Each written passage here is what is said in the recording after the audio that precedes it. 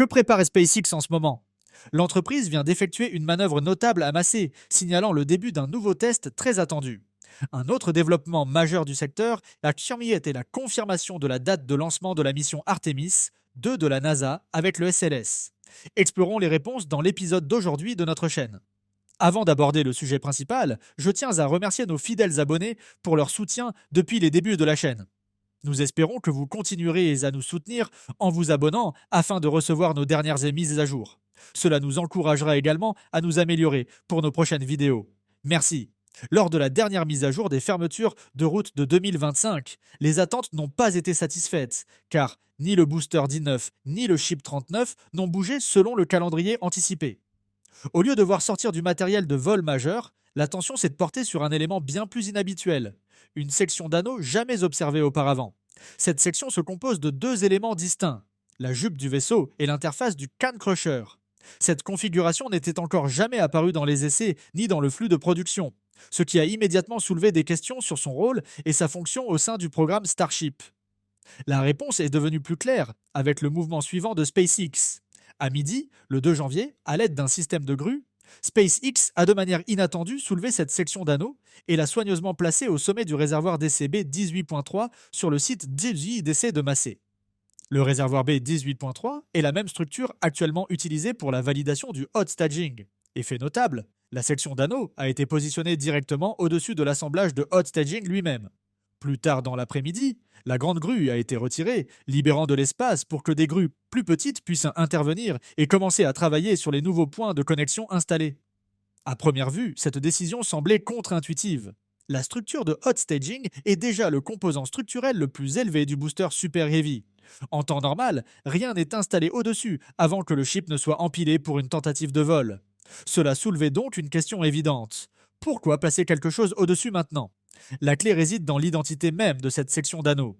Ce matériel représente la section arrière du chip, incluant la jupe et l'interface qui relie physiquement le chip au booster.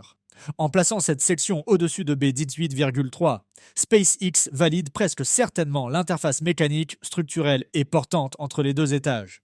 Cela suggère que la connexion entre le booster et le chip dans la version 3 de Starship pourrait différer de manière significative des versions précédentes. Le booster intègre déjà un système de hot staging entièrement repensé.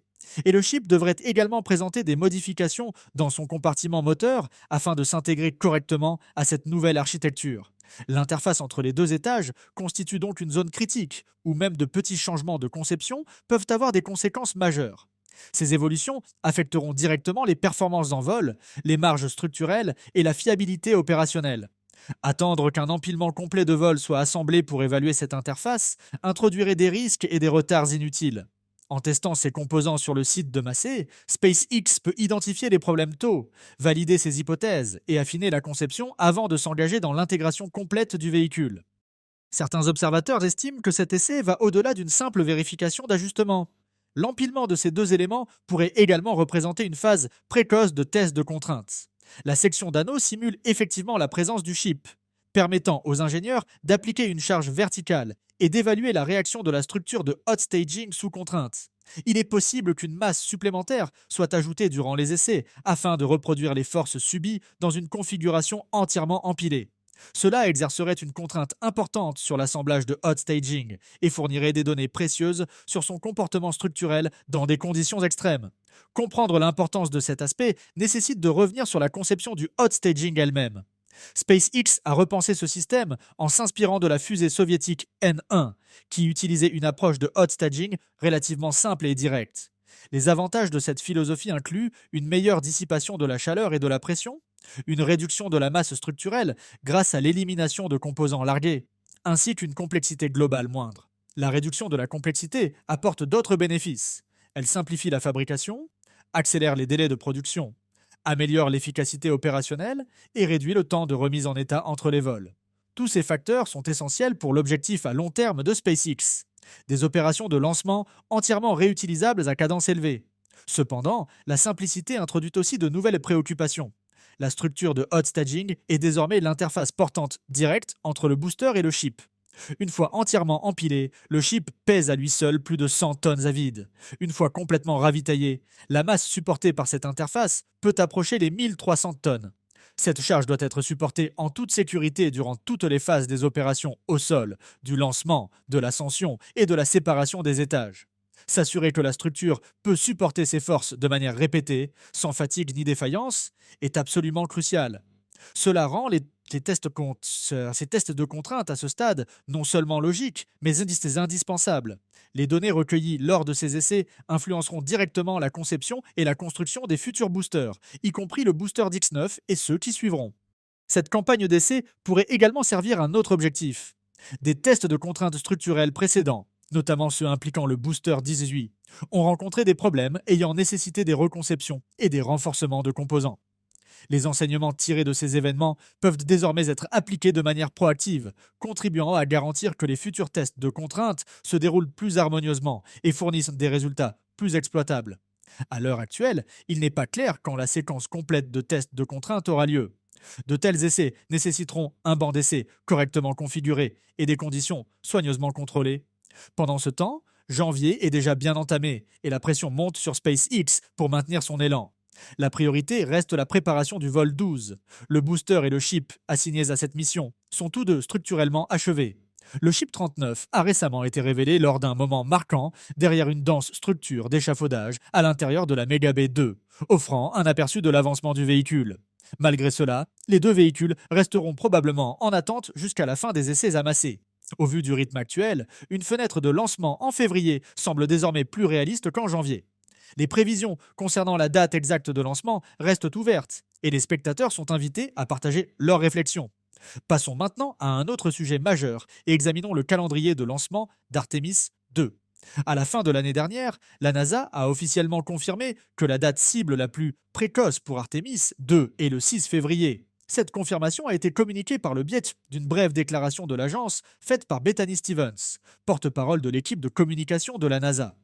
Il est important de noter qu'elle a souligné que cette date reste susceptible de changer en fonction des évaluations finales de l'état de préparation au vol. Ces évaluations comprennent l'examen du vaisseau spatial, des infrastructures de lancement, de l'équipage de vol et des équipes opérationnelles. Afin de tenir compte de problèmes potentiels, la NASA a établi une fenêtre de lancement s'étendant jusqu'en avril. Les comparaisons entre Artemis 2 et le vol 12 de SpaceX sont inévitables. La question de savoir quelle mission décollera en premier demeure ouverte et continue d'alimenter les discussions. Du point de vue de la NASA, la confiance dans un lancement en février semble solide. Avant de confirmer la date, Bethany Stevens a indiqué qu'Artemis 2 continuait de progresser régulièrement. Elle a également révélé que le déploiement du véhicule pourrait avoir lieu en moins de 2 semaines. Cette déclaration situe clairement le transfert du véhicule dans la première moitié de janvier, faisant de ce mois une période critique d'essai. Une fois le véhicule arrivé sur le pas de tir, la NASA entamera les derniers essais intégrés de l'ensemble du système.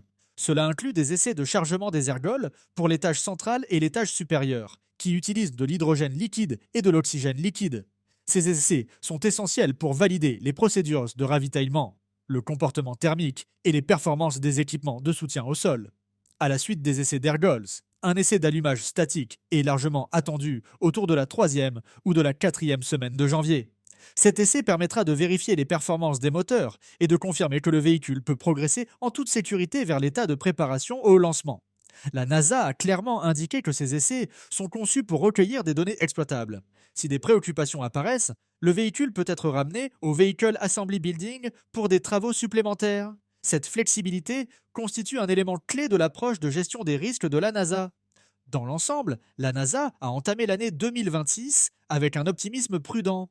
Janvier sera un mois intense et exigeant alors que les préparatifs se poursuivent pour la deuxième mission Artemis. Ce vol revêt une importance particulière puisqu'il s'agira de la première mission lunaire habitée depuis plus de 50 ans. Les enjeux ne pourraient être plus élevés. Le programme Artemis a englouti des dizaines de milliards de dollars et des éléments clés tels que le Space Launch System, le vaisseau Orion et le lanceur mobile ont fait l'objet de critiques persistantes concernant la lenteur du développement, l'escalade des coûts et des problèmes de qualité. Par conséquent, les premiers mois de 2026 représentent un moment décisif.